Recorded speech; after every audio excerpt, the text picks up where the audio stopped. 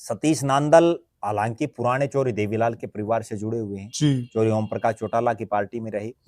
वर्षों तक वो इंडियन नेशनल लोकदल के जिला के प्रधान रहे। जी। उन्होंने किलोई गढ़ी सांपड़ा किलोई जो चौरी भूपेंद्र सिंह हुड्डा का गढ़ जिसको कहा जाता है, वहां से उन्होंने कई बार चुनाव लड़े। इनेलो की टिकट पर भी लड़े, बीजेपी की टिकट पर भी लड़े। बिल्कुल। और उस हल्के में एक बात बड़ी डंके की चोट पर कही जाती पूरी किलोई में, किलोई के दर्शक भी देख रहे होंगे कि कहीं कोई भले ही हुड्डा साहब चुनाव जीत जाते हो और लगातार वो जीतते भी क्योंकि मुख्यमंत्री का फेस है, बिल्कुल बड़ा चेहरा। सतीश नांदल उतना बड़ा चेहरा उनके सामने नहीं बन पाए, लेकिन उसके बावजूद अगर कोई मुकाबला उनके साथ कर सकता है तो वो सतीश नांदल करता है। वरना तो इस बार जिसको टिकट दी उसको तो बहुत कम वोट मिले। बिल्कुल सही। तो कहीं ना कहीं, और अगर इस बार भी सतीश नांदल अपना सेक्रीफाइस नहीं करते, वो खुद चुनाव लड़ते तो उनको भी वो टक्कर देते। लिहाजा भले ही चुनाव परिणाम कुछ भी रहे, हार जीत अलग बात है, लेकिन चुनाव अच्छा लड़ते हैं, मजबूती से चुनाव लड़ते मजबूती। तो उसमें हुड्डा गोत्र भी बड़ा मेजोरिटी नांदल गोत्र के मुकाबले। हुड्डा साहब नांदल साहब के मुकाबले तो कई गुना बड़े नेता हैं, क्योंकि वो तो मुख्यमंत्री रह चुके, एमपी रह चुके। नांदल साहब तो कभी एमएलए भी नहीं रहे, लेकिन उसके बावजूद जो वो टक्कर दे रहे हैं। राजनीति में असली कहानी ये है कि हार जीत एक अलग बात है,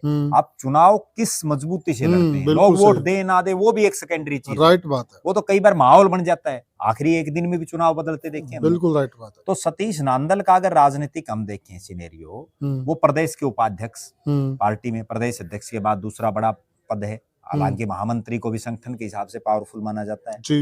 और पार्टी ने अलग अलग जिलों में उनकी ड्यूटियां लगाई।